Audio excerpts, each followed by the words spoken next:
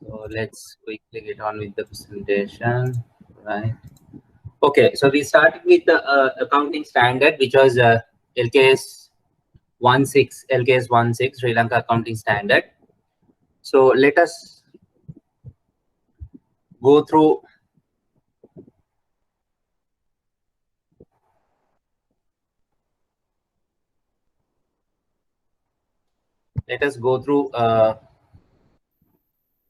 from the beginning quickly, and then we'll get on with the continuation. So as I told you, the objective of the standard is where you try to explain about the treatment with regard to property, plant, and equipment, right? When I explain what is property, what is plant, and what is equipment. So as I told you, when you say property, it includes the land as well as the building of an organization or a business concern. And when you say plant, plant includes the machinery, the factory, whatever the hardcore elements that you have in a business. It could be either movable or immovable. It could be both. Then when it comes to equipment, all other fixed asset categories will fall into this. Okay, so basically, if you look at an organization, there will be electronic equipment, furniture, and other equipments. Not only the electronic equipment, other equipments, all those fall into this category. Okay, so basically that is what property, plant, and equipment is. So what we look at under this standard is how to recognize assets, determining its carrying amount. So I have already explained to you what is carrying amount is, and the depreciation made. And then we also we might not look at the impairment losses because as far as your syllabus is concerned, they don't talk about the impairment part of it with regard to property, plant, and equipment. But impairment is a topic separately which we have to learn. That is SLFRS 9. Okay, so we will basically cover there what is SLFRS 9 is. Just give me 1 second. IPSL is calling. Yeah.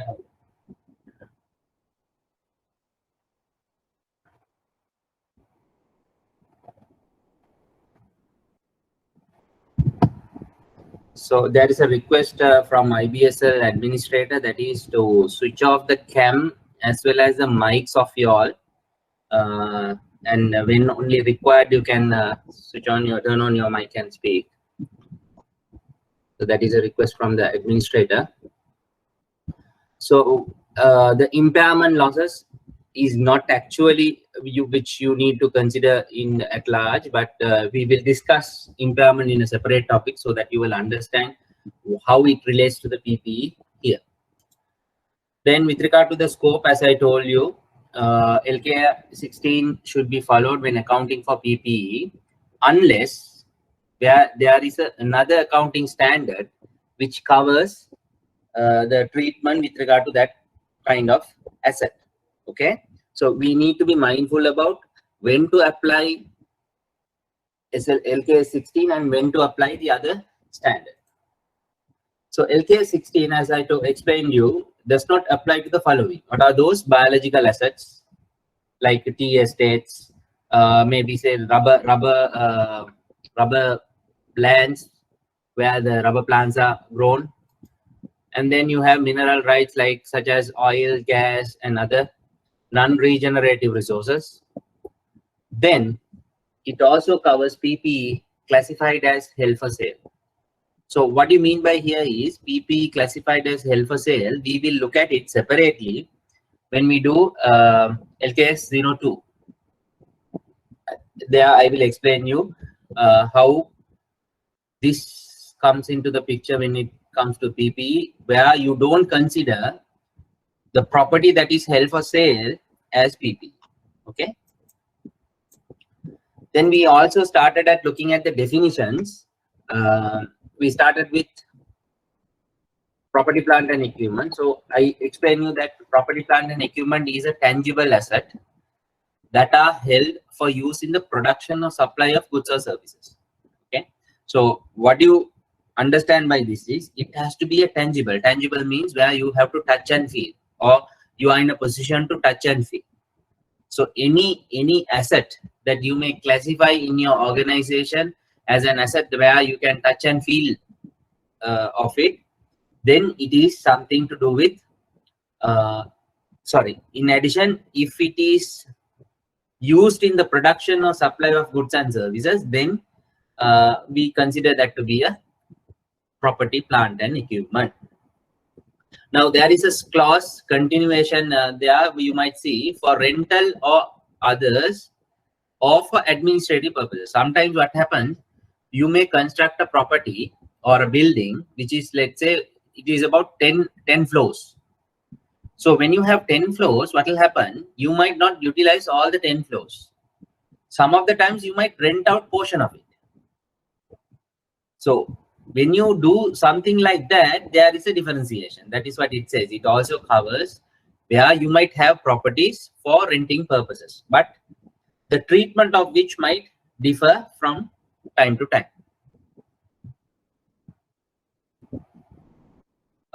Then also you can have it for administrative purposes, mean that where you are running your business, And also it goes on to say that they are expected to be used during more than one period. So I told you what is more than one period is. Generally we consider a period in accounting means we generally consider it to be the financial year. But here what they are talking about is where you will have assets or fixed assets where you may consider them as fixed assets only if they are used beyond financial year. So what do we understand here is when we say more than one period, please make a note of it. It is more than one financial year. Okay, because of that reason only the depreciation is coming into the picture. Okay, you need to understand, because it is not purely that you are learning. You need to understand how do I relate this with each other. So why are we saying it is more than one period? Because that is where the depreciation comes into the picture. Okay, right.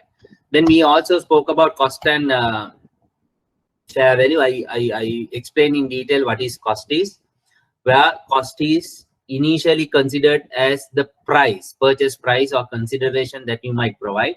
But later on I explained how other factors can add into that.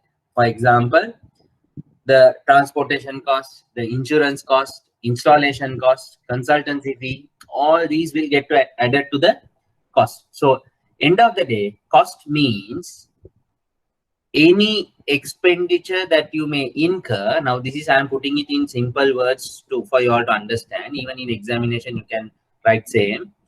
Any expenditure an organization may incur to make an asset to be ready for to be available to be used in the production or supply of goods or services. Okay, so that is what we mean there. And you might purchase a fixed asset out of the shelf, but what do you need to do now? Say for example, let's understand like this. You like to purchase a software.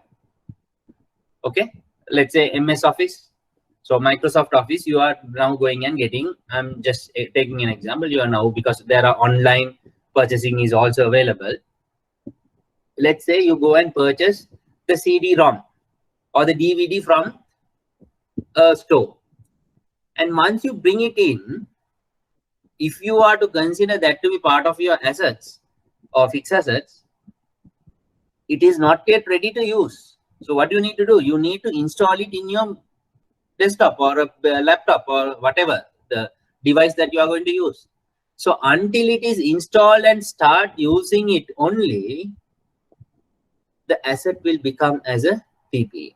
So you may have to consider all the expenditure that you might incur leading up to that position.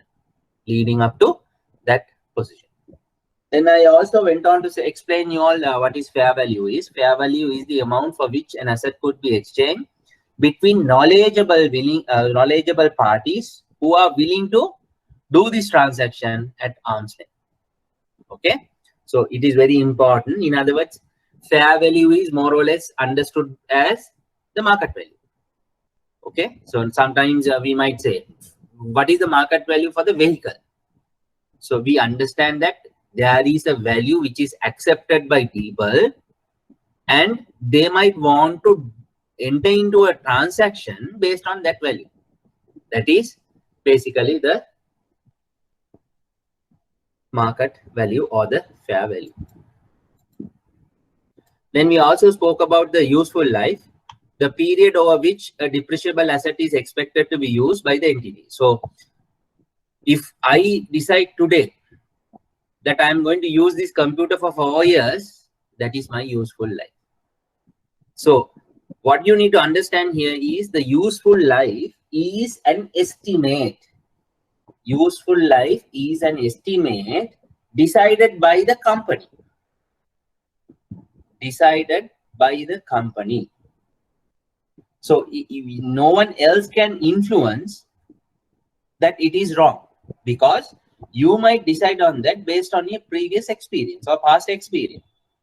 And this is always subject to change, because as you go on, you might want to change this useful life, or you might want to revise this useful life.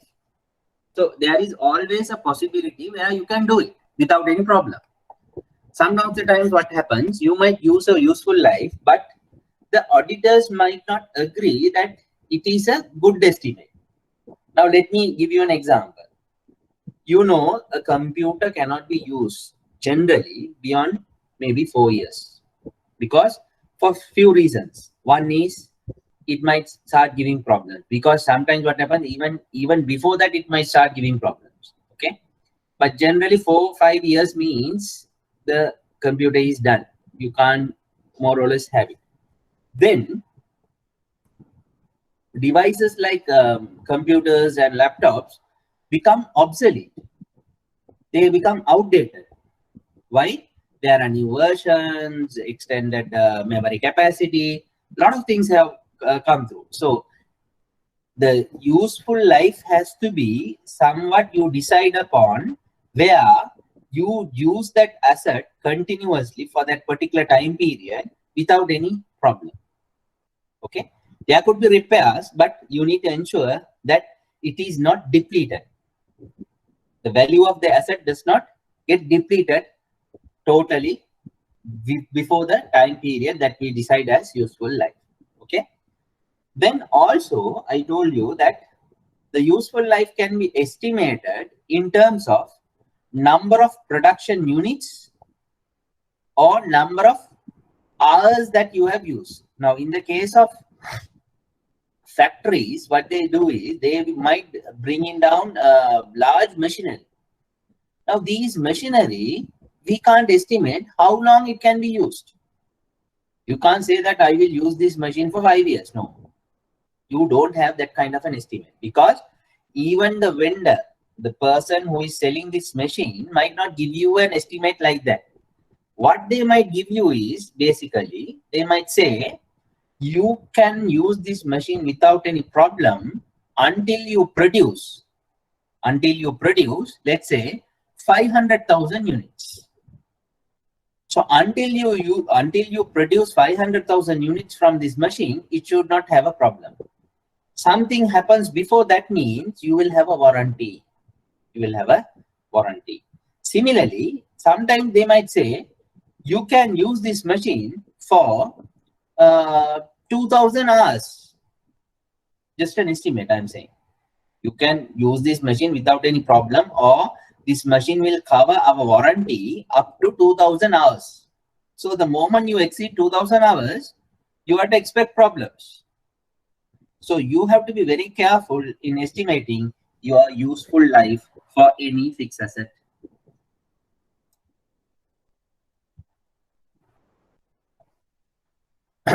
Residual value is, I explained you, is the amount that we expect to obtain after the useful life, after the end of useful life period. So when you come to the end of useful life period, you might want to have a value. Now this value is, generally we expect that what is the value that I can sell this asset after using for 5 years, or maybe whatever the estimated life. What is the value that I can get? Now, this you can't think of until you sell. Okay. But for accounting purposes, what you need to do is, at the beginning of itself, day one, when you purchase this asset, you have to decide on this value. So for that, what you need to do, you need to have an experience of the assets that you have already used. So based on those, the usage of those assets and how much of a value that you have obtained from the use of those assets, you have to assign a value for this new asset. So that is called the residual value.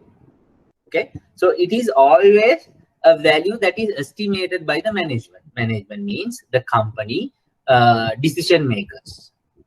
Okay. So they will decide upon a residual value. But most of the companies, what they do here today is they assume that this residual value to be 0. For simplicity, what they do is they assume this residual value to be 0.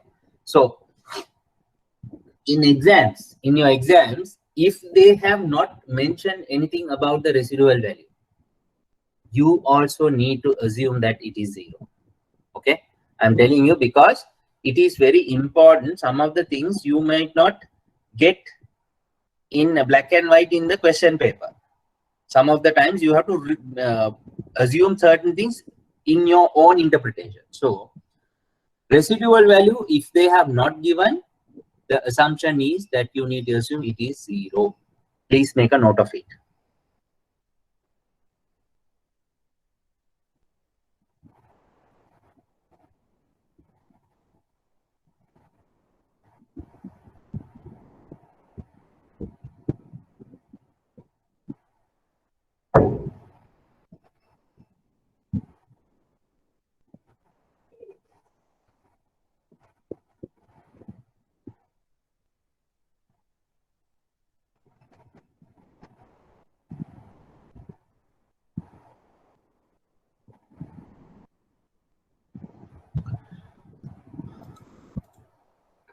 Then we also had the depreciable amount.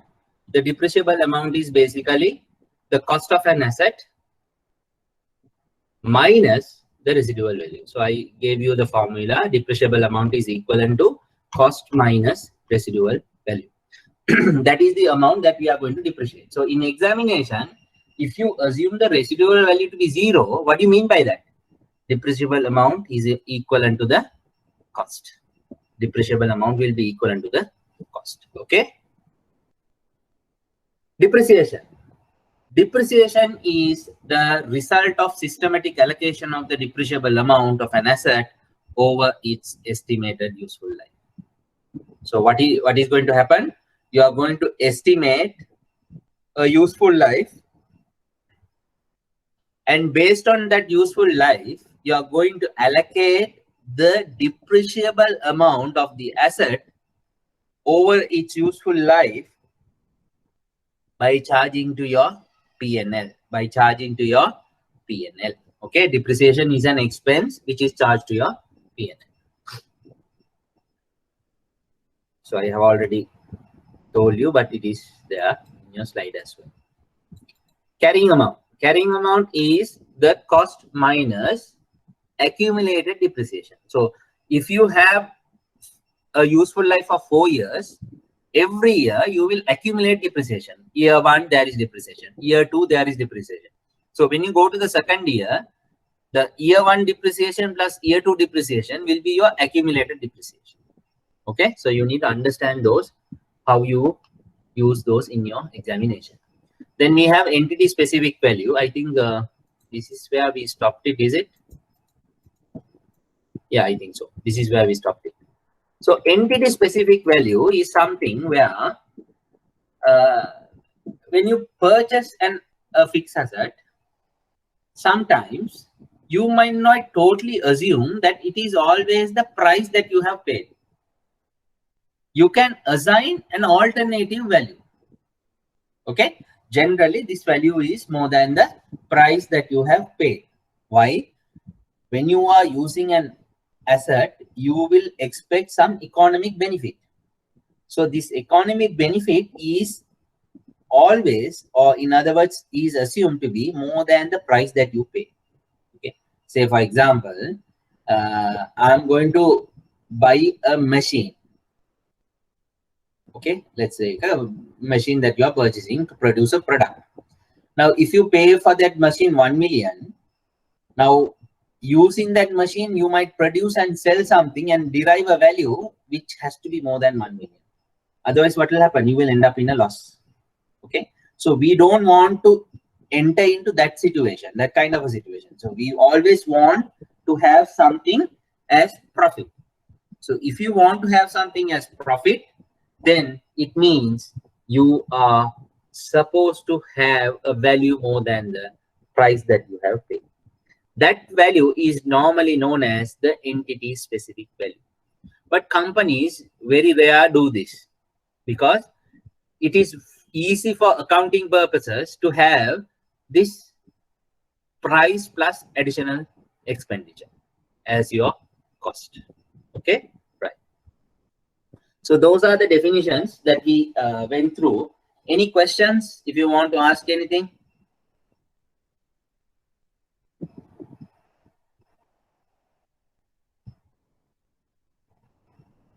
Or if you want to send me a chat, even that you can do by way of a question, you can ask.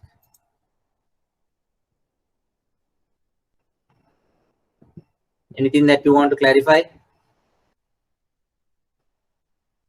You can unmute and speak, no problem.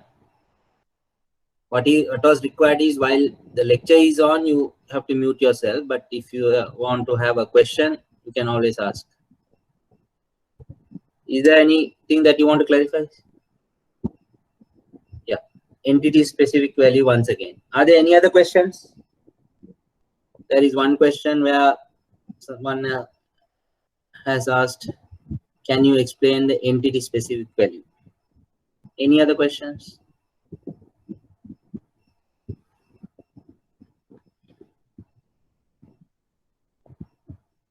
Explain this entity specific value. So what is entity specific value? It says is the total of the estimated cash inflow from the usage of the asset within its useful lifetime and the estimated residual value of the asset. Now, what do you mean by this? When you buy an asset, you know the price of the asset is generally considered as cost. Now, instead of cost, I'm going to apply a different value. That value is what I'm trying to explain as entity specific value. Now, how do you determine this entity specific value is, as I told you, let's assume you have a machine. Okay, this machine is estimated to cost you, let's have some simple figures, 50,000. Machine is going to cost you, let's say, okay, to make it very simple, you are running a shop where one of the key things that you do is you take printouts. You take printouts. Whenever somebody requests printouts, you can take printouts from that machine and you charge from them.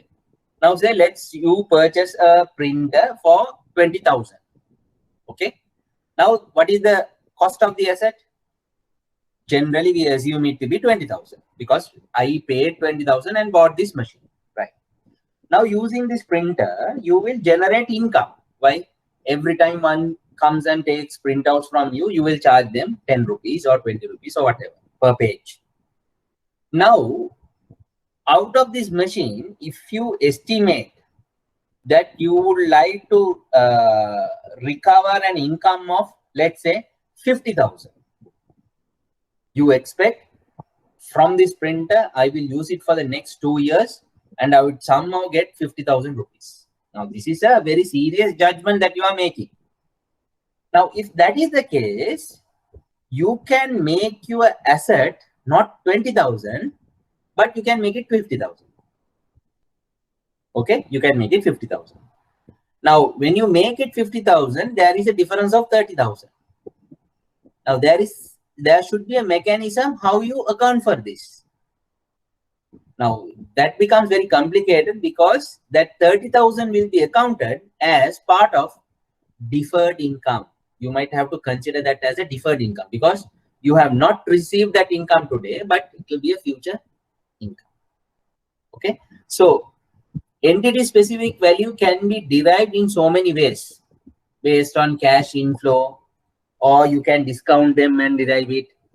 So it's not the value that the price that you have paid. It is something different to the price that you have paid based on the income that you are expecting to generate from that asset. Okay, that is what it says. Is the total value of the estimated cash inflow. Estimated cash inflow. Right. So now get on to the depreciation rate and the annual depreciation.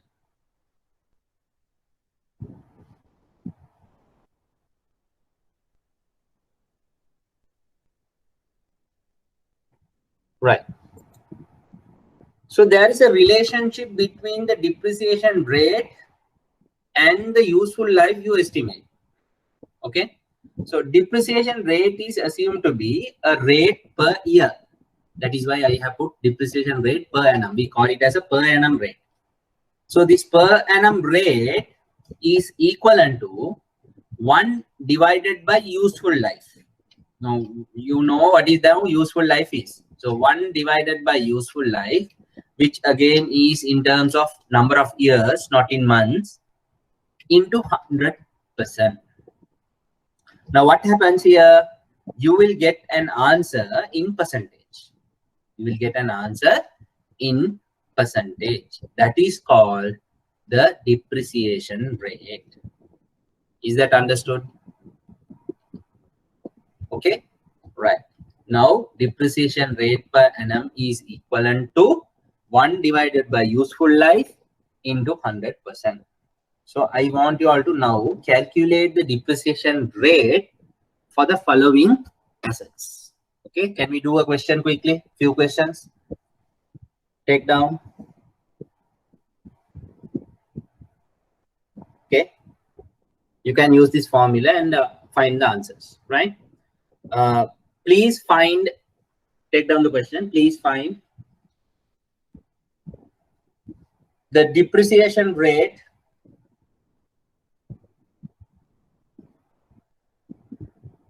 of the assets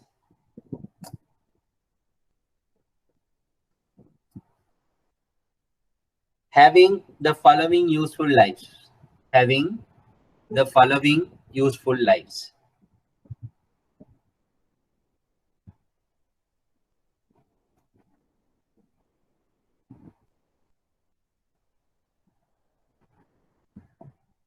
First one, 4 years.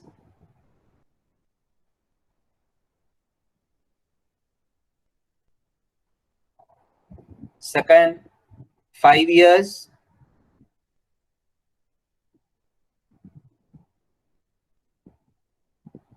Third one, 10 years. 10. Fourth one, 6 years. 6 years. And fifth one, 40 years. 40. 40. Right? Then take down the other second question. Then we do both together. Second question. Please find the useful life. Please find the useful lives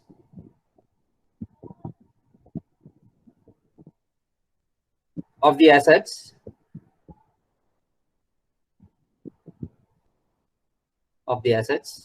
where the depreciation rates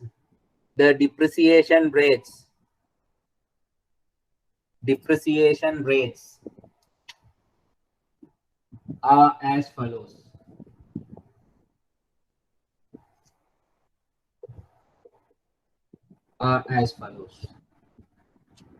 Number one, 12.5%, 12.5%,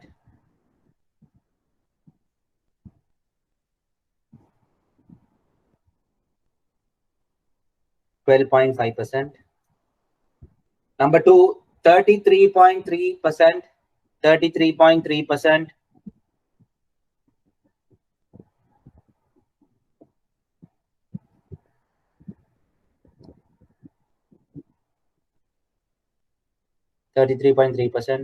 Number three, 2%, 2%.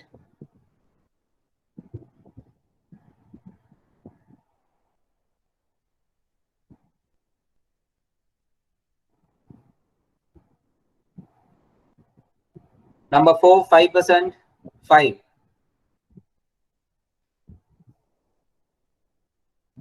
And the last one, 50%, 50, 50. Can you do it quickly? I'll give you 5 minutes. I want the answers for all 10, both.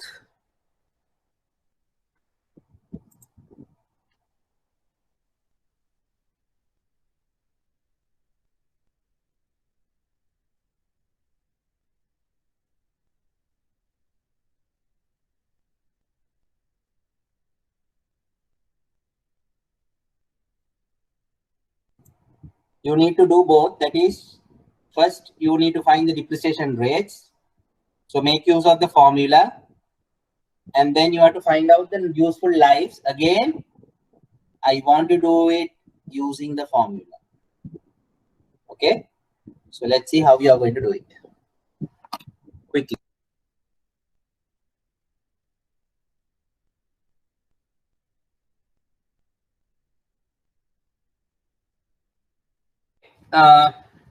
Can we look at it quickly? Now, I saw some of you all have put the answers. Can you all see the board, please? Yes, sir. It's of course a small board, but I will try to manage it. Now, let us quickly do the questions. So, you know the depreciation rate. Depreciation rate, I'm calling it as DR. DR is equivalent to 1 over useful life into 100%. Now, this is the formula, right? So, for the first part of the questions, you can straight away use the formula, which I will explain it to you and do it for the benefit of everyone. Then, similarly, I want to emphasize that the second part of the question, that is where I wanted you all to calculate the useful life. Now, if I am to use the same formula, what is it? That is the requirement is the useful life. So what should I do? I will take the useful life here and the depreciation rate will come here. So what do you mean by that? Useful life will be equivalent to 1 over depreciation rate into 100%. So these kind of things you need to remember, because sometimes these will be tested in your multiple choice questions. Okay.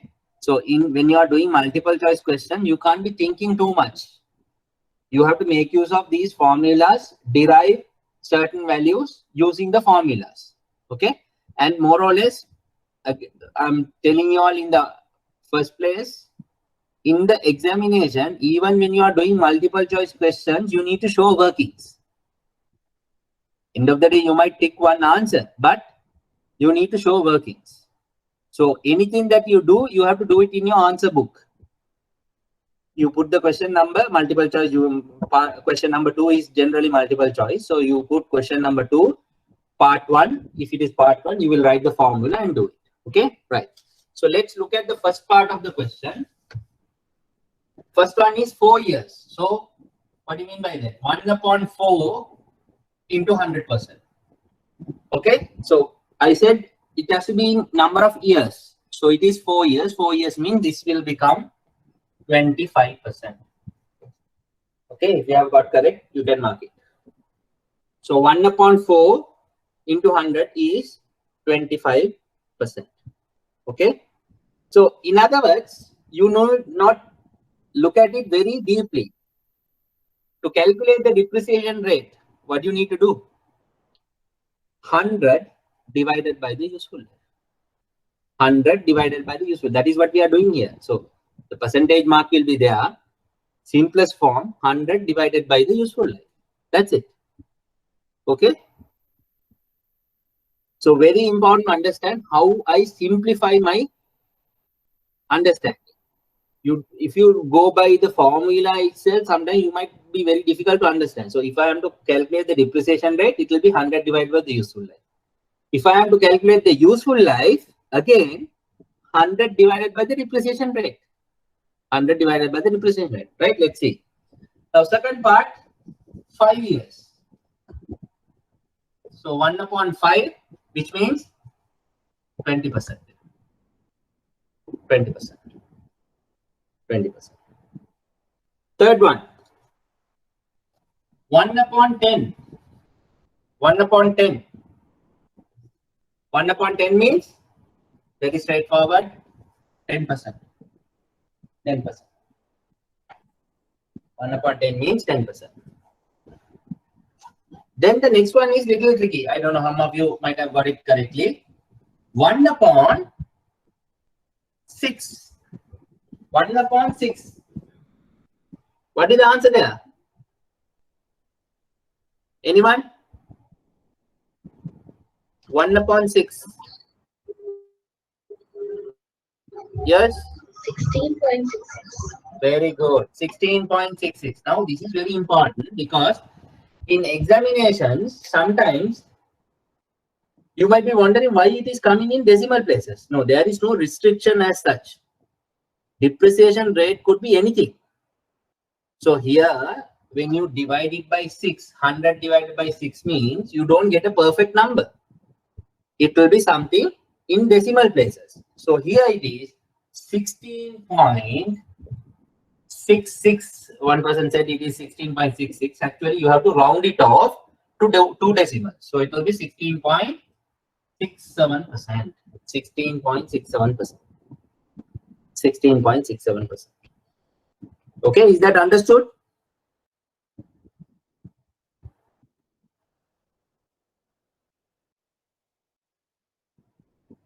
Right. Then next part, 1 upon 40 years. 1 upon 40 years. What is the rate? 1 upon 40. 2.5. 2.5. Very good. 2.5%. Now you might be wondering, what is this 2.5%? Very small number. So can there be an asset which is depreciated over a 40-year period? Can you think of an asset? Can there be an asset which is depreciated over 40 years? What is the asset? Building. Very good. Building. Okay. Now we learned that generally the assets cannot be used for years and years. Okay. But in the case of buildings, it can be a big number. So here 40 years means it's a long time actually. So as a result only you are getting 2.5%. But what is the underlying asset? It is a building. Buildings can last long. Buildings can last long. So you need to understand that when you have that kind of an asset, you can't just go and estimate a useful life to be 5 years. That becomes very absurd. Why? The buildings are large in value. And if you go and estimate a useful life just 4 years or 5 years, the depreciation cost that you have to bear will be very huge. Okay. So you need to understand these things logically. Why a building is depreciated over a longer period? One is it has a long life. Unless there are no natural disasters or destructions, it will last for a longer period. Secondly, buildings are of large value and the depreciation you can't bear with higher amounts. So you have to be very lower amounts over a period of longer period. So that's why you estimate it to be a 40-year period. Okay, right. Then we get on to the next part, which is estimating the useful life.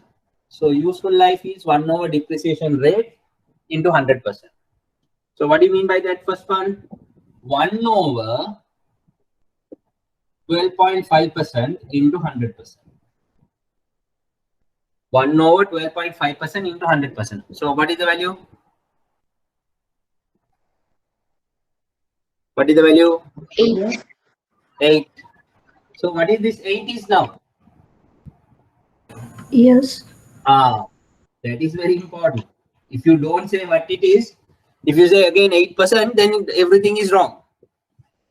So you have to be very careful what you are using. It is 8 years. 8 years. Then the next one, 33.33. 3. Yeah. Very good. 3 years. Then 2%. 50 years. 50. 50. 50 years. 50 years. Then 5%. 20 years. 20. 20 years. 5% will be 20 years. And the last one, 50%. 2 years. 2 years. Okay, okay, very good. So I hope everybody understood. Just go through it again.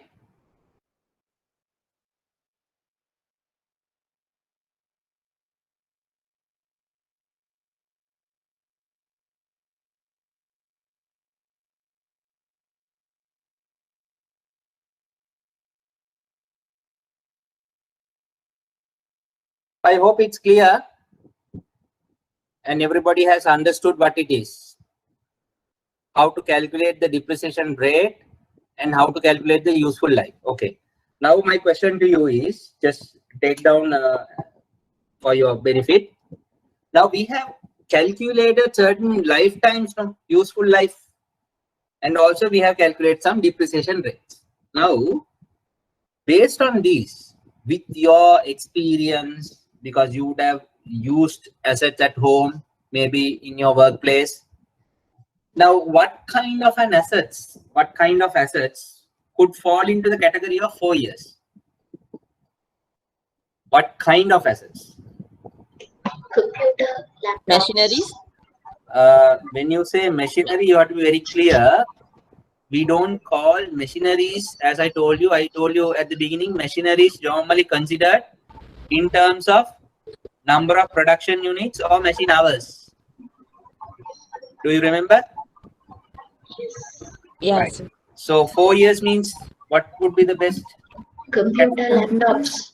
Very good. Computer, laptops. Devices, mobile phones Mobile phones. could be in the category of 4 years, or maybe sometimes those could be in the 5-year category also. Okay, Yes. we don't mind. Then what else can fall into 5-year category?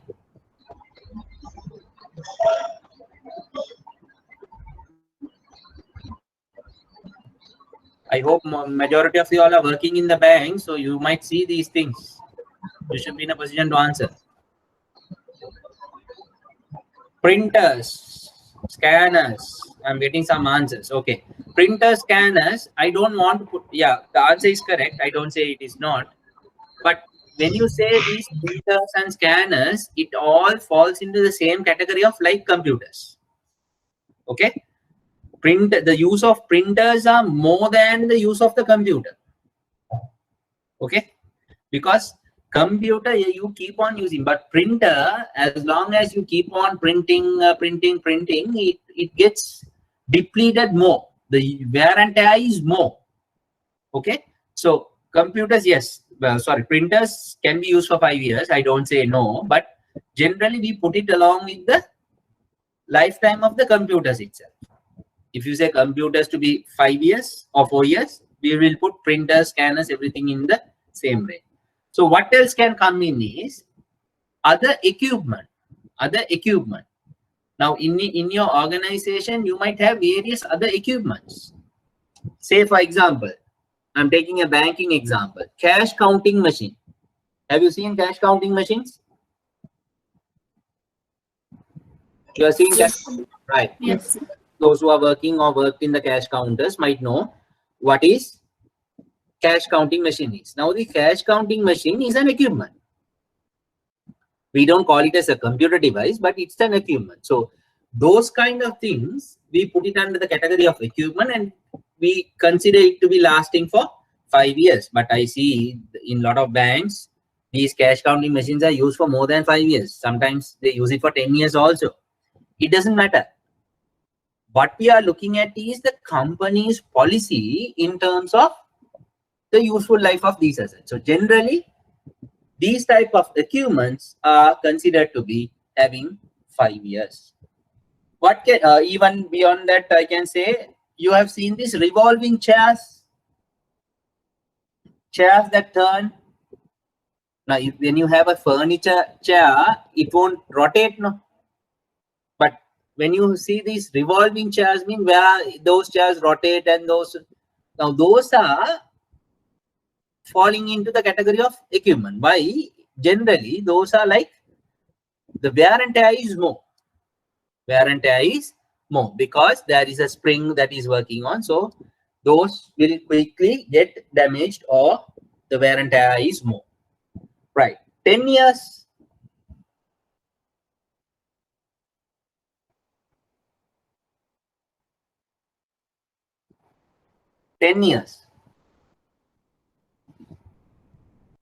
What can you put for 10 years?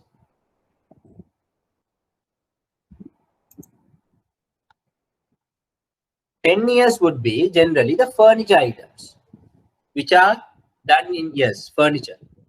Wooden items, we generally put it under for 10 years. Okay. But it is not compulsory. If you like that it is to be 5 years, you can put it under 5 years. But I'm talking about the general thinking. Okay. Furniture would be, can we put motor vehicles? Yes, very good. Motor vehicles will fall into the category of 5 years generally. We put it under 5 years. Why? The reason behind that is the vehicles will lose its market value also within that 5-year period. Now, say for example, when you are having chairs, tables, those are generally not expected to be sold to somebody. No? But vehicles, what will happen is after using it for 5 years, you can sell it for a higher value. Not than the value that you have bought it, but maybe to a large value you can sell it.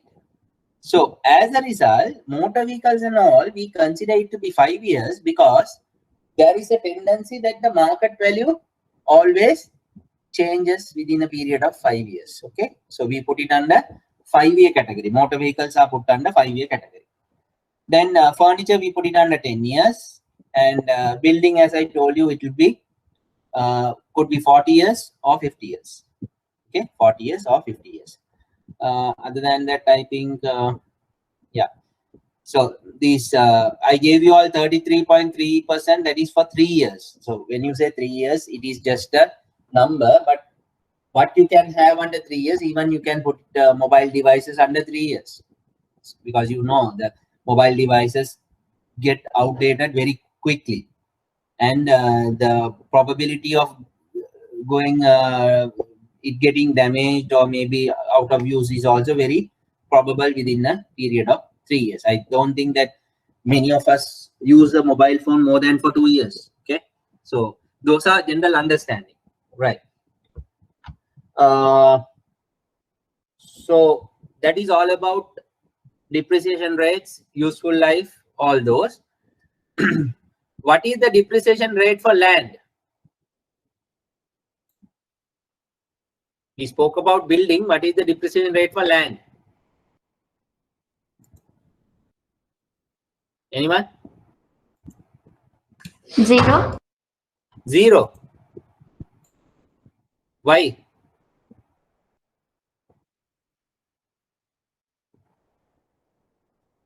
Why is that? It's always increase the value. Sorry, I didn't get you. It's increasing, always increasing the value of the land. Yeah. So what you mean by that is the value of the land, we generally expect it to be appreciating. Somebody has already said land value appreciates. Yes, very good. Land value, we generally consider it to be something which appreciates, not that it depreciates. So there are instances where, like say, now a land which is close to a sea, and you know that there will be soil erosion. So in that kind of a situation, you can't expect all the time to the value to go up.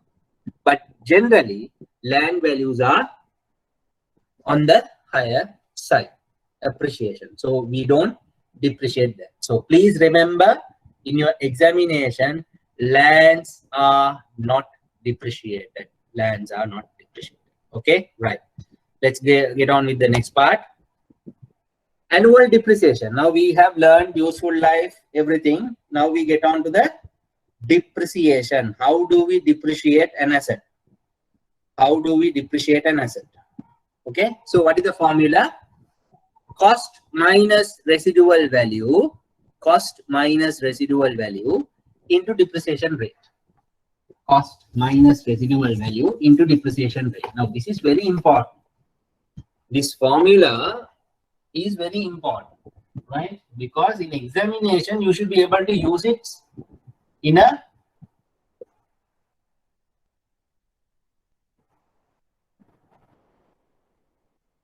okay. So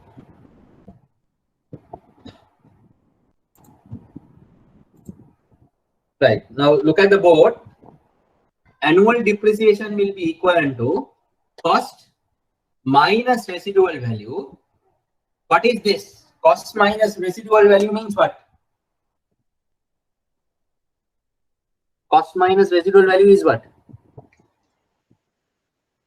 Depreciable amount. That is the depreciable amount. That is the depreciable amount. So depreciable amount into depreciation rate will give you the annual depreciation. Annual depreciation means what is the depreciation applicable for the financial year. And this financial year is generally considered to be a period of 12 months. A period of 12 months. That is why we say annual depreciation. So please remember this formula.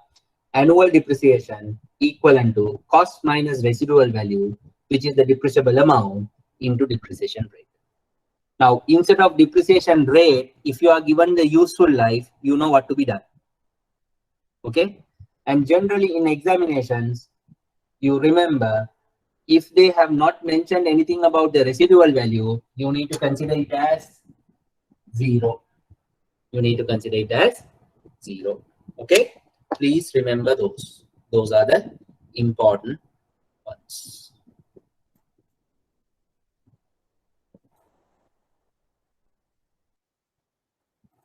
Right. So let's get on. The formula is given.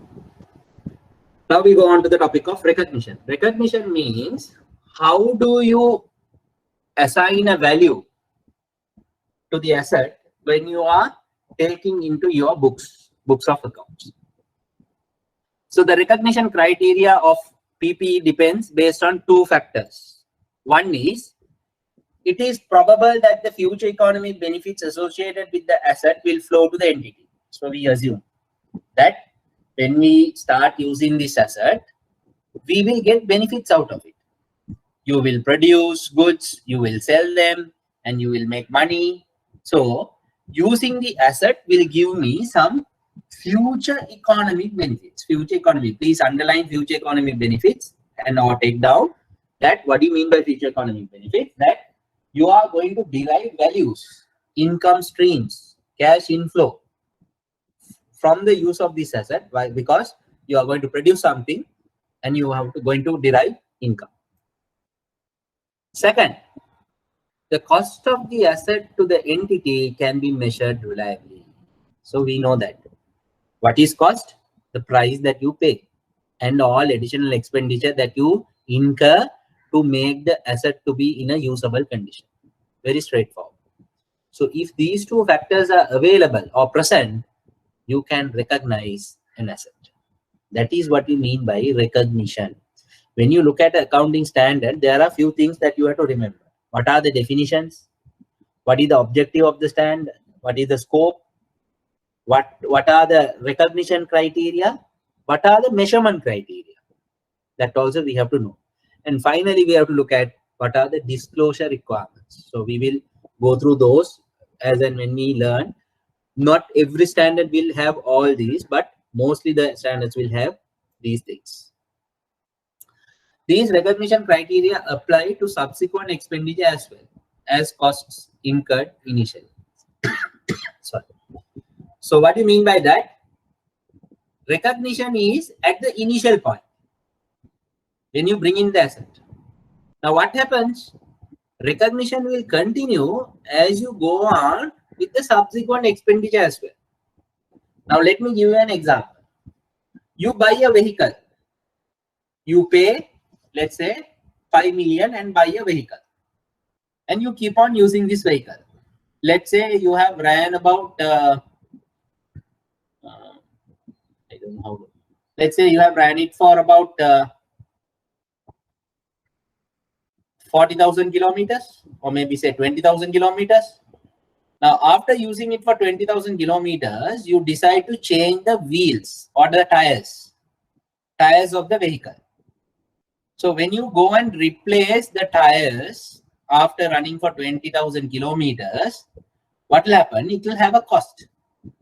So replacing the 4 tires, let's say you incur about 75,000, 4 tires. Now the question is, do I need to increase my asset value or not? Because I have purchased a vehicle for 5 million and now I am incurring a cost of 75,000 to put up or to replace the 4 tires, because it is now almost used and it is almost gone. So I have to replace the 4 tires. Now the 4 tires are costing me 75,000.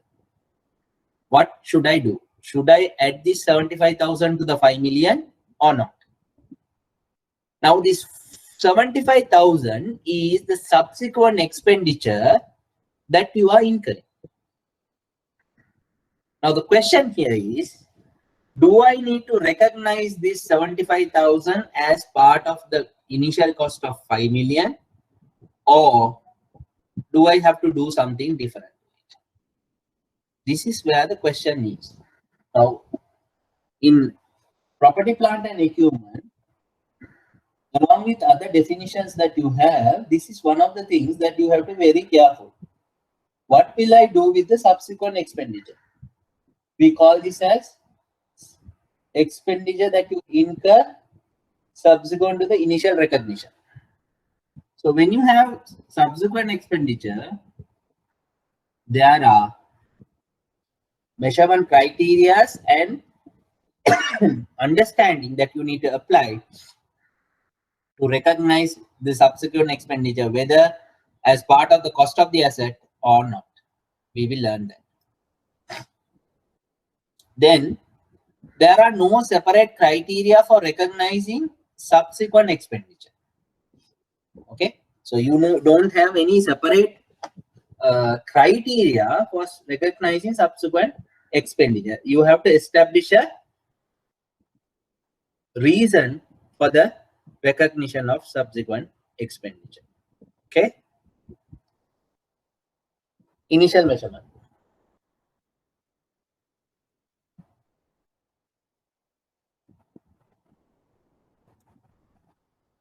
The standard lists the components of the cost of an item of PPE: purchase price, import duties, directly attributable cost of bringing the asset to working condition. I have explained all this earlier. Initial estimate of the unavoidable cost of dismantling and removing the asset and restoring. So for example, if you are planning to put up a building, new building, and you have purchased a land where there is already a building is available. So what you need to do, first you have to discard this building and dismantle it. So there will be a cost. And then you will put up your new building. So dismantling cost is also can be treated as part of the cost of the asset. Okay. Now what happens is, when you go and give a contract to a contractor, right, in their contract value, they will include this also, dismantling costs. So you don't see it separately, but they will include that also. So after constructing the new building, when you say the new building is constructed for, let's say 10 million, now this 10 million is including the dismantling costs, where you don't see separately. Okay.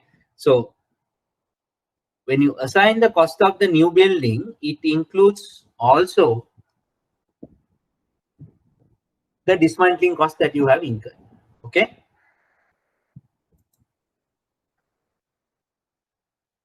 The following costs will not be part of the cost of the PPE unless they can be attributed directly to the assets acquisition. So what are those? Administration and other general overheads. Say for example, you are in a construction site and you get down meals to the people working there.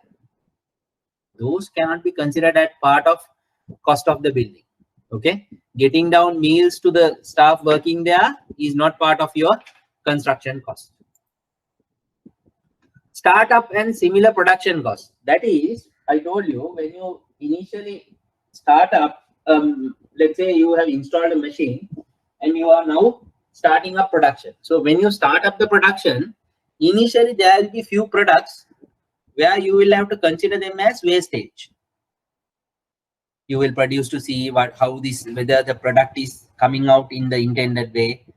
But those costs will have to be considered as wastages. You can't consider them as part of the cost of the machinery. Okay, installation, consultation, all those are fine, but not the initial pre-production costs or the cost that you might do for test runs. Initial operating losses before the asset reached planned performance. So continuing on the same example, there might be operating losses because when you run the machine initially, before start producing the units, there will be electricity, there will be a lot of other expenditures. So all these are losses. These losses cannot be treated as part of the assets because the asset has not yet reached the planned performance. All of these will be recognized as an expense rather than an asset. Okay, it's very clear. So what should we do? We have to consider them as an expenditure rather than adding it to the asset. Adding it to the asset.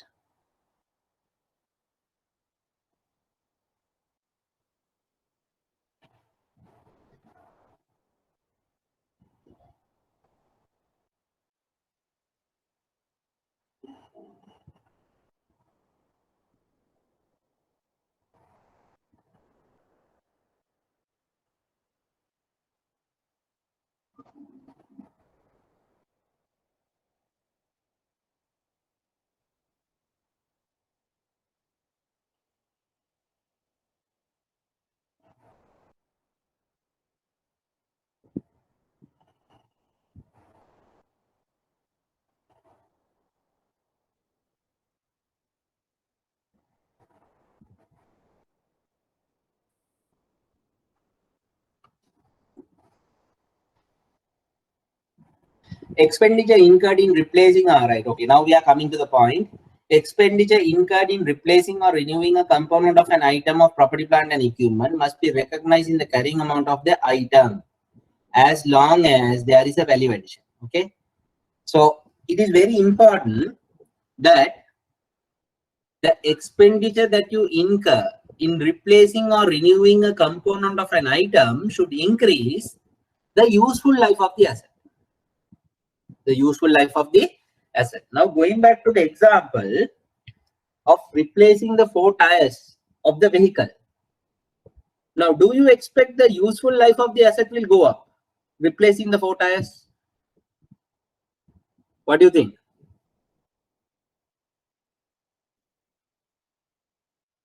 Do you expect the useful life of the asset to go up by replacing the 4 tires?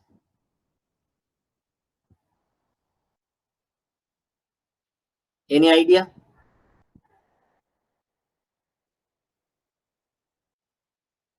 Anyone?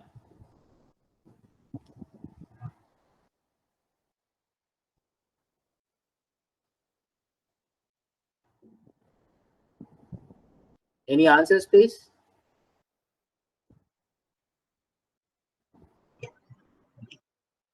What do you think? Replacing the 4 tires of the vehicle, will it increase the useful life of the asset? Yes or no? Yes. Any other answers? Anyone who says no?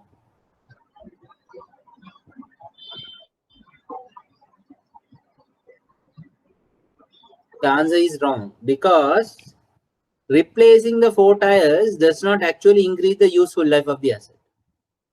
Okay? It's a temporary measure that you take to keep the asset being used until its estimated useful life. Okay? To ensure that you are going to use it until the useful life of the asset, because you already had 4 tires in the vehicle. The value is already built into the vehicle cost. When you paid 5 million, the 5 million includes the cost of the 4 tires. So when you incur additionally 75,000, what you need to do is, ideally, you need to take out the cost of the 4 tires included in the 5 million, and then you can add the 75,000. But when you purchase a vehicle, does anyone give you, this is the cost of the bonnet, this is the cost of the 4 seats, this is the cost of the 4 tires? No, you don't get it from anyone. So basically what happens is, when I purchase a vehicle, when I pay 5 million, 5 million is for the entire vehicle. I don't know the component wise cost. So any expenditure that I incur subsequently is not part of cost of the asset. It's only called a maintenance. We call it as a maintenance. Please make a note of it. That is called maintenance. We don't call it as part of the asset. It will be only a maintenance, because sometimes what happens, there might be scratches on the vehicle. So you might go and get the vehicle painted, repainted. Can you call it as extending the useful life? No.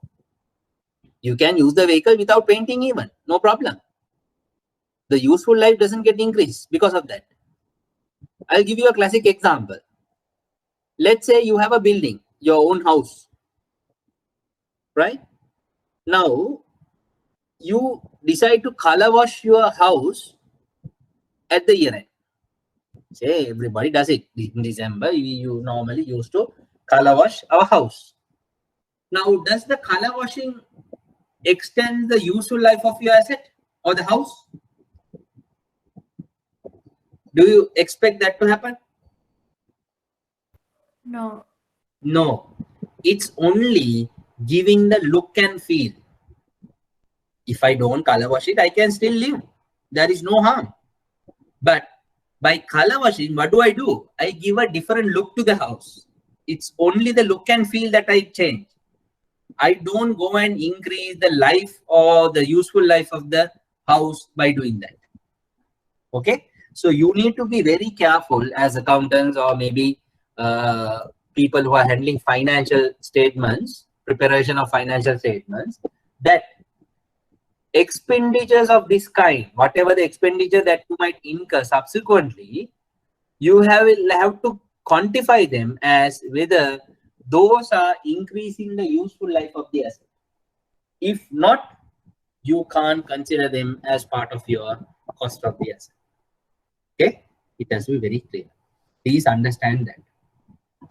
So expenditure incurred in replacing or renewing a component of an item of property, plant and equipment must be recognized in the carrying amount of the item, provided it enhances the useful life of the asset. Okay. The carrying amount of the replaced or renew component must be derecognized. Please underline the word derecognize. What do you mean by that is, now, if you want to add the 75,000 of the 4 tires, cost of the 4 tires to the vehicle cost, what you need to do is, originally, the cost of the 4 tires which were there, included in the 5 million, has to be removed. What do you mean by when you say you know what is recognize is, so the opposite of that is derecognize. Recognize means you add, derecognize means you remove. Okay, derecognize. The term derecognize means removing. Subsequent measurement, that is measurement after recognition. So now I have bought a building, or let's say, yeah, best example would be a building. So I have bought a building in 2000, let's say 2019. I have bought a building for about 15 million. Okay, 2019. Now I'm done with 2019. 2020 is done. I'm coming to the end of 2021. Let's assume I'm coming to the end of 2021. Now I need to consider whether I will continue this building at the value of 15 million or not. Because we know that buildings, property is always in the increasing trend. As you all know that the land value and mostly the building values also in the increasing trend of value. Okay, unless there is something drastically has happened, the building values are normally on the increasing trend. So as per the accounting standards, now it is required that you at least value your buildings once in 3 years. If you want, you can do it every year, but generally they expect if it is a PPE, right? Because under investment property, it is slightly different. So that's why I'm specifically stressing that point. If it is a PPE, you have to consider valuing that property once in 3 years. So when you are preparing financial statements for 2021, which means after 3 years, 19, 20, now we are in 21, means at the end of 21, you need to value your property. So you need to get a professional valuer and value your property. When you are doing a valuation, let's say the property that you bought for 15 million, they say now it is worth 20 million. Now you have to recognize this 5 million. You have to recognize the increase of 5 million into the books. That is called the subsequent measurement. That is called the subsequent measurement. Subsequent measurement means from the day one you have purchased or acquired an asset, and then on a subsequent balance sheet date, what is the value that you are going to assign? That is called subsequent measurement. So the standard offers two possible treatments here. Essentially a choice between keeping an asset recorded at cost or revaluing it to fair value. So I told you cost and fair value. Initially under definition, we looked at it. So under the subsequent measurement, you are given an option. If you want, you can keep it at cost. So then your policy must state that I am going to value my properties at cost. I'm not going to revalue anything. I'm going to use it at cost. But if you decide to change your policy to revaluation, then as I mentioned to you, you have to revalue your properties at least once in 3 years or every year. Okay, that is covered under your accounting policies, right? So there are two models. What are the two models? Cost model and the revaluation model. That is what I told you. 15 million property. Now when you do a valuation, they say 20 million. Sometimes if there is a destruction or something has happened, sometimes this 15 million property, the valuer might say now it's not 15 million, it is only 12 million. So that is also revaluation. Whether the value is increasing or decreasing, still it will be a revaluation as far as accounting is concerned. So you have to be mindful about it. Right, we come to depreciation. In order to depreciate an asset, the useful life of an asset is required to be assessed. The following factors should be considered when estimating the useful life of a depreciable asset. So what are the things that you need to consider? Just look at it. Expected physical wear and tear. That means how much of a wear and tear can happen to this asset. Obsolescence. Obsolescence means the asset becoming outdated. Now, as I told you, when you are purchasing a mobile phone, within a period of 2 years, it becomes obsolete. Why? There are version upgrades, there are new models coming in, so many things happen. So obviously, things like equipment, electronic equipment mostly become obsolete in a short period. Then there could be also legal or other limits on the use of this. Sometimes certain assets, you might be provided to use it for only a limited period. Okay. Now, there is a separate category of assets. Now, what we are looking at is all tangible assets. You can, when you speak about intangible assets, that is something like software and all those stuff. Sometimes you get the software for a license. You know that. The license is only valid for about a short period, let's say 3 years license. So after the 3-year license period is over, the product will get deactivated. You may not be able to use it. So you have to be very careful when you are estimating the useful life. If there is something like a license that is provided, obviously your useful life is only for 3 years. Okay, but again, don't misunderstand this, because now for a vehicle, for you to use the vehicle, you have to have a driving license. Now, driving license is normally, now good old days, the license doesn't have an expiry. Now the driving license have expiry. So generally now it is 8 years. Now, just because your driving license is for 8 years, you don't say the vehicle can be used for 8 years. That's wrong. Those two doesn't have a relationship. What we are talking about is where there is a legal or other limitations that is placed on the asset. Right? So if, say, suppose example, vehicles which are based on fuel like petrol, diesel, if the government says, no, you can't use petrol vehicles beyond 5 years from the date of the manufacture. That is a critical limitation. Say the manufacture year is 2019, which means if there is a restriction of 5 years, then beyond 2024, you should not use it. That is a restriction. So in that case, your useful life is also limited to 5 years. You have to be very careful in estimating your useful life, because you know, based on the formula, useful life becomes an important factor. Why? Depreciation rate is determined based on the useful life. Okay. And the useful life should be reviewed at least every financial year, and depreciation rates are adjusted accordingly. Right? Now here what happens is your accounting policy will mention about the depreciation rate. So based on the useful life. Now, if you say that you are going to review your depreciation policy every year, and say, for example, last year you said that your computer equipments are depreciated over a period of 5 years. But when you come to this year, you understand that the computers cannot be used for 5 years. So then you have to go and change your depreciation policy to 4 years.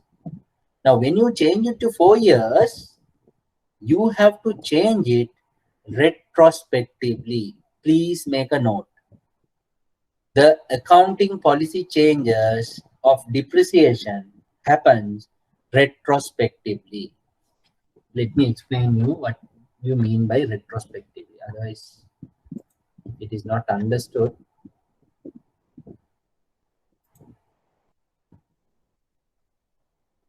Okay. Now,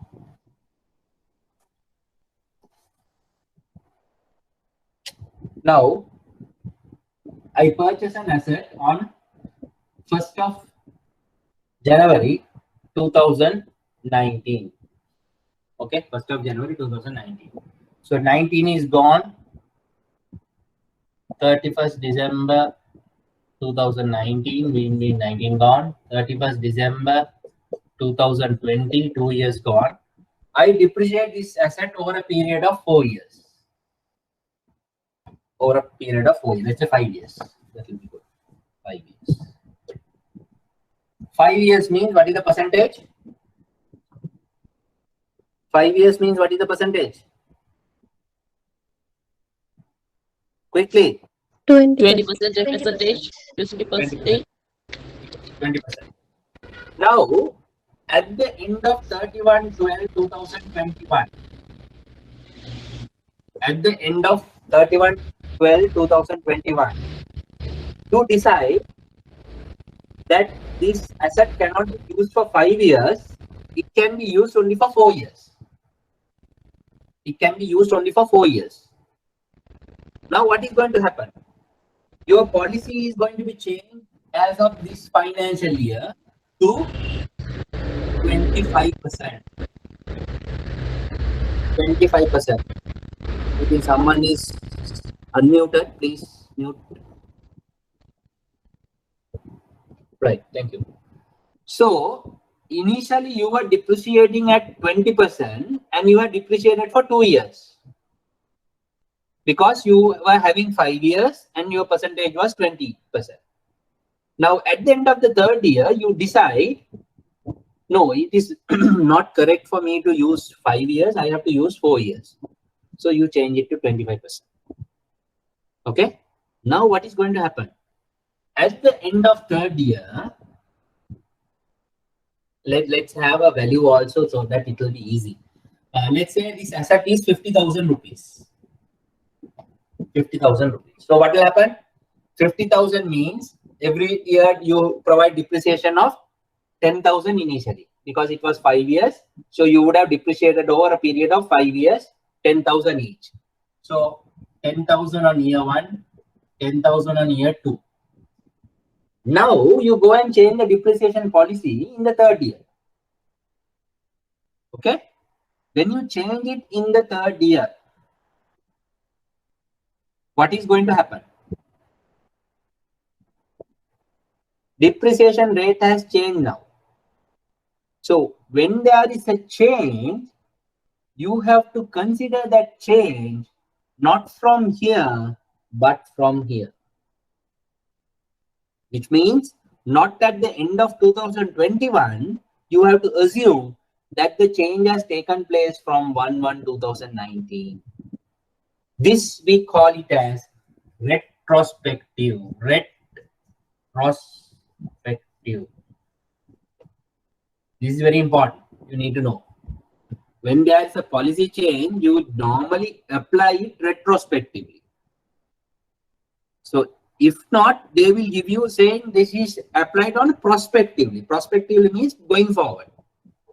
When you say retrospectively means it is going backwards. It is going backwards. So you will go backwards and start restating your numbers. Now what will happen? When you go and do it retrospectively, now you have to assume that it is from day 1, it was 25%. So you have to depreciate it over 4 years. 4 years means 50,000 divided by 4 means 12,500 per year. So 12,500 here, 12,500 here, 12,500 here means by the end of 3rd year, you have to have 37,500. But up to the 2nd year, you had only 20,000. So what will happen in the 3rd year? 3rd year, there will be a huge increase in the depreciation of 17,500. Okay.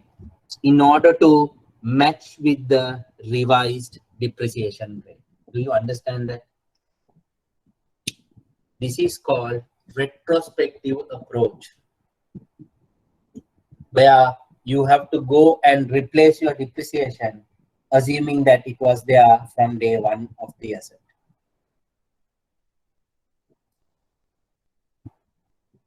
Any questions?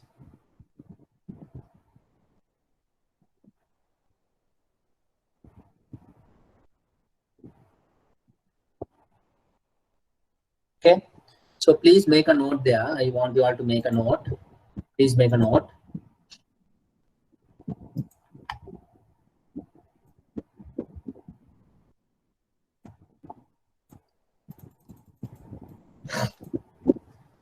right? Please make a note. With, sorry, you can say when the useful life, when the useful life of the asset, when useful life of the asset is reviewed, when the useful life of the asset is reviewed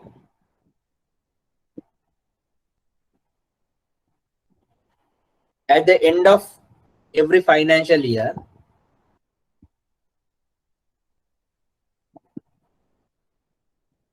at the end of every financial year,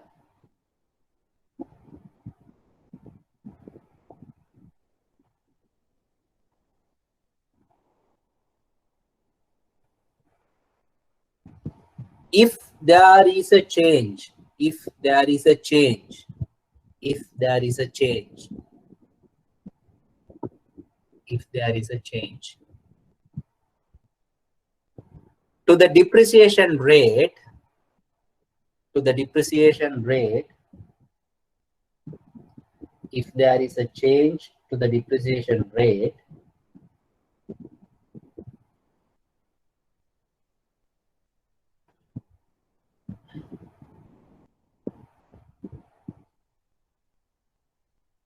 then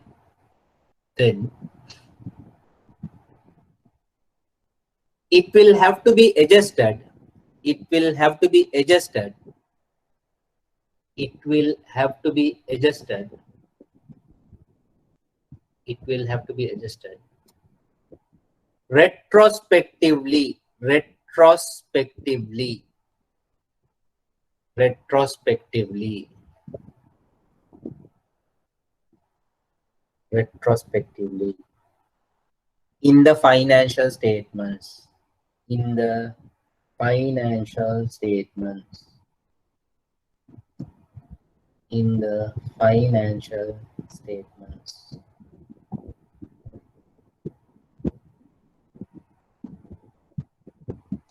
in the financial statements. Okay.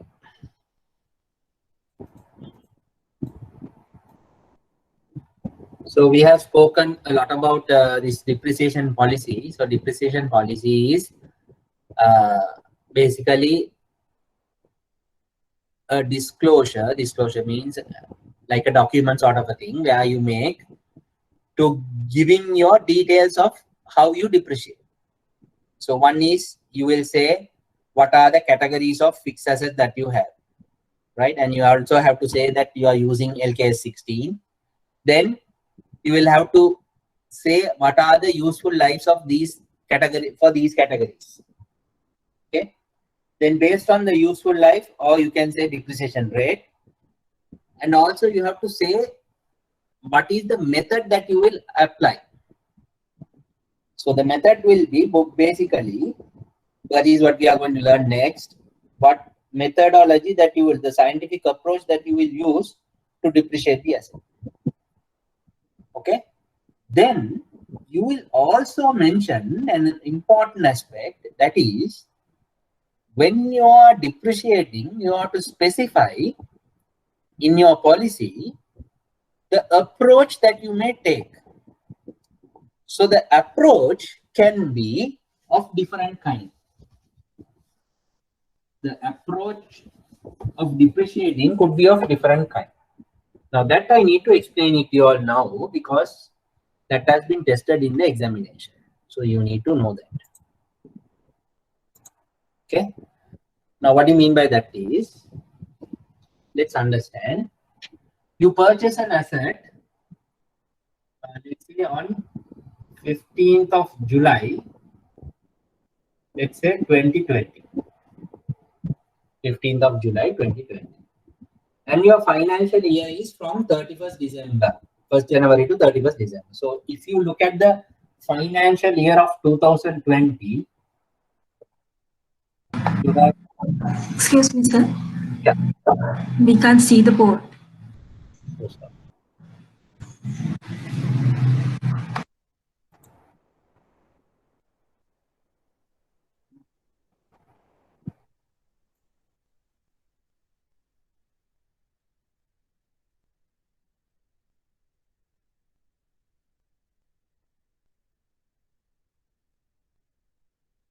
For everybody, or is it only you? And the others say that they can see it. Visible, sir. Yeah. So can you pin it, please? Just check whether you can pin the screen.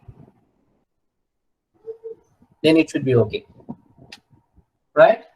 So 1st January 20 to 31st January 20, sorry, 31st December 20 is your financial year. That is clear, right? This is your financial year.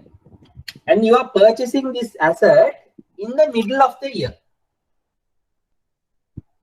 Okay, I'll say purchase. Now, let us understand, if you look at this financial year, for how long that I'm going to use during this current year? In terms of months, let us talk. We don't have to go into detail. Just in terms of number of months, roughly, I'll be using this asset for about 6 months. In this year. Okay, even though it is 15 July, let's assume that is 1 month, and then there will be 5 more months, so altogether 6 months. Now your policy of depreciating this asset must specify what is the approach that I'm going to take. What is the approach that I'm going to take? Please understand this, this is very important. Now there are options available to you. My policy can say that in the year of purchase, I provide depreciation in full. In the year of purchase, I provide depreciation in full, which means even though I purchase the asset not at the beginning of the year, I will consider this asset as it was there at the beginning of the year. So if it was at the beginning of the year, what will happen? You need to depreciate a full year. Okay, that is one assumption. Assumption in the sense that you have to specify in your policy. I would say in the year of purchase, full depreciation. Full depreciation means what? I will depreciate it in full. So you will have to provide 1 year depreciation. The second criteria could be, you can say, in the year of purchase, no depreciation. In the year of purchase, no depreciation. So, number 1, I said, year of purchase, full depreciation. Number 2, year of purchase, no depreciation. So, I'm going to say, in 2020, I'm not going to depreciate this asset. That is my policy. It doesn't matter. Okay. So, I'm going to no depreciation in the year of purchase. That is another policy. You can't have both. You have to choose one. The third criteria is what generally people adopt. The third one will say that I'm not going to depreciate it the full year. I'm not going to say that I'm not going to depreciate also. I will depreciate only for 6 months. That is, even though I have purchased in July 15th, I will say for the month of July, I will say full month. So I will depreciate it only for 6 months in 2020. That is called prorate. P-R-O-R-A-T. Prorated depreciation. Prorated means I'm not going to take full year depreciation, no half year depreciation, no depreciation. I will calculate depreciation only up to the period where I have used. So here 15 July means I go by months. So July, August, September, October, November, December. 6 months. Is that clear? because this is very important, because it has been tested in your examination also. We will do one question, you will understand how this will work as part of your policy. Now, in examination, if they have not said either year of purchase full depreciation or year of purchase no depreciation or anything, you have to always assume in examination that it is on prorate convention. Okay, so when you are doing the question, you will say, I assume in the absence of a accounting depreciation policy, I assume that the company is depreciating on prorate convention. Prorate convention. Okay, so please take down if you want it to be as an example.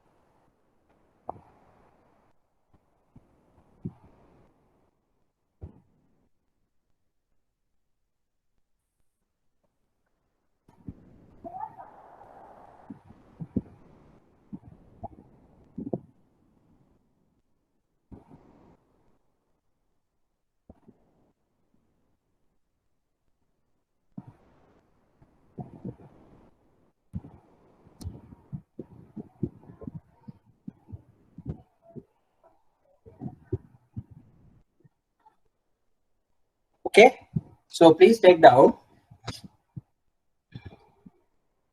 In examination,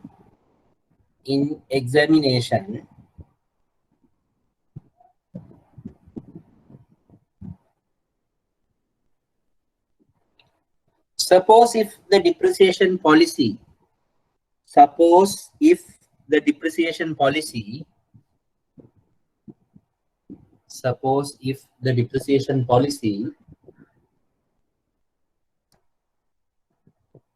is not given,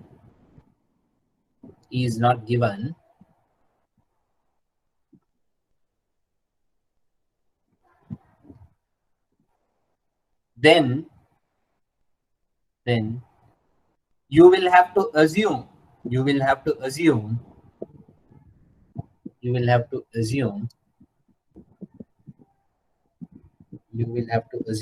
that it will be on the basis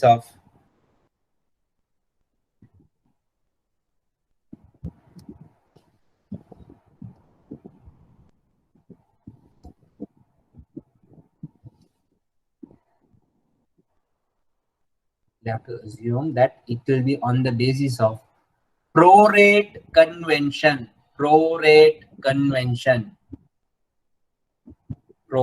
convention.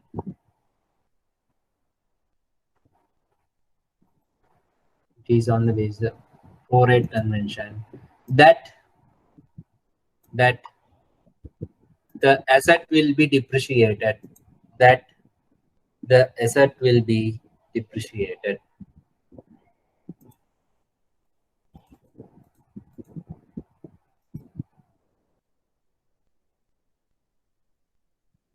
Okay, right. So now we get on to the depreciation methods.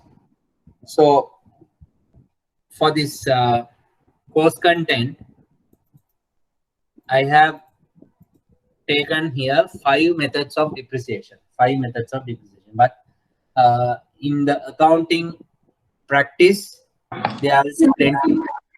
Sorry. Can you explain the prorate convention again? Yeah. Okay. Give me a second. So I hope you can see the board. Now, going back to the same example, I'm going to use the same example.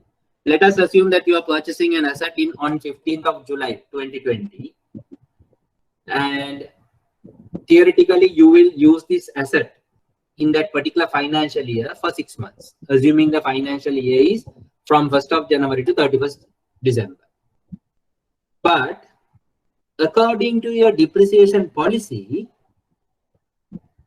providing depreciation might change. Option 1 will be, let's say you assume that you provide full depreciation in the year of purchase. So in the year of purchase means your year of purchase is 2020. So in the year of 2020, you have to depreciate full year. What do you mean by full year? Means irrespective of when you purchase this asset, you have to provide depreciation for 12 months in your financial statements. This means it is 12 months. Okay. So you have to provide depreciation for 12 months. Let's assume that this is asset. This asset will be, let's say,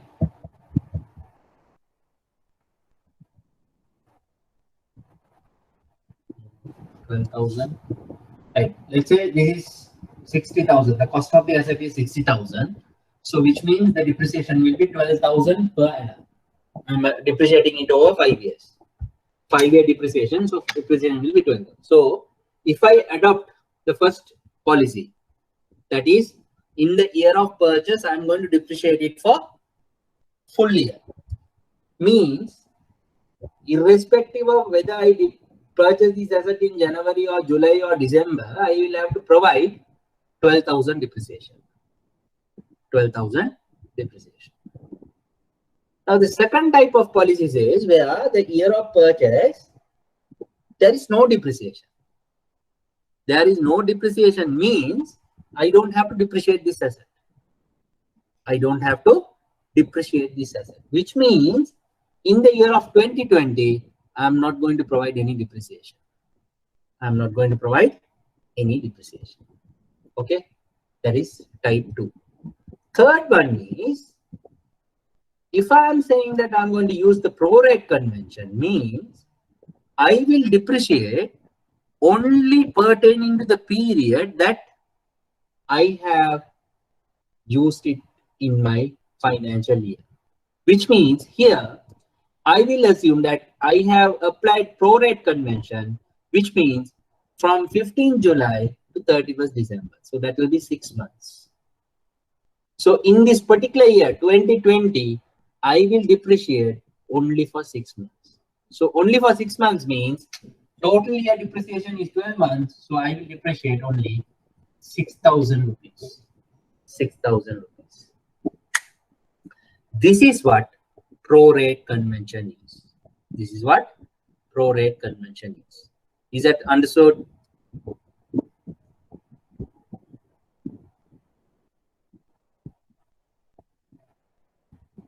Okay.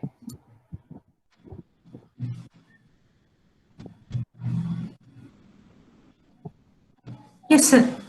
Right. Just give me a second.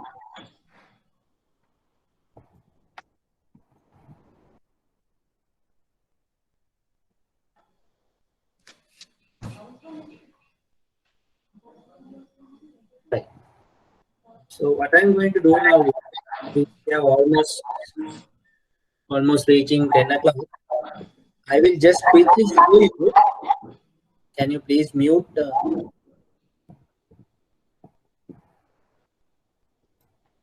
I'm going to show you a question which is, please mute your.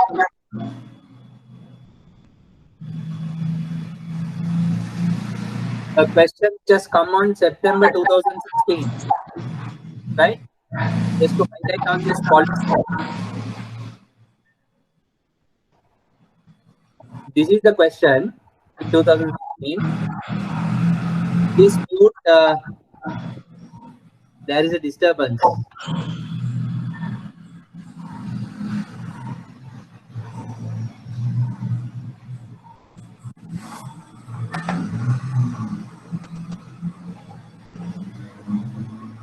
Excuse me.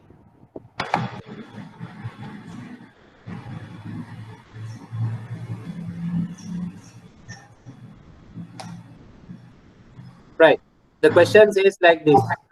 The following information is extracted from the records of Saubhagya Bank, machinery purchase, and so on and so on. But look at the question. That says the depreciation policy of the bank is to charge fully for the year of purchase and no depreciation for the year of sale. For the year of sale. So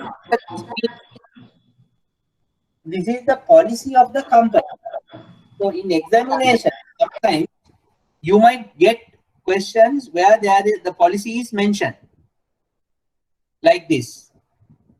But there may be questions in examinations where they might be silent on this. So if they are silent, then you have to use the prorate convention. The prorate convention. Please make a note of it. There will be instances where the policy might be given like this, or they might be silent. If they are silent, then you have to make use of the prorate convention. Prorate convention. Okay. Right. So what we'll do is we will stop there because we have almost reached 10 o'clock. Please go through the remaining slides and we will finish off this topic next week because now we have gone through almost 3 weeks. So straight away we will get on to the depreciation methods and we will have to complete that and we will get on to the next topic quickly. Okay. So have a pleasant weekend and take care.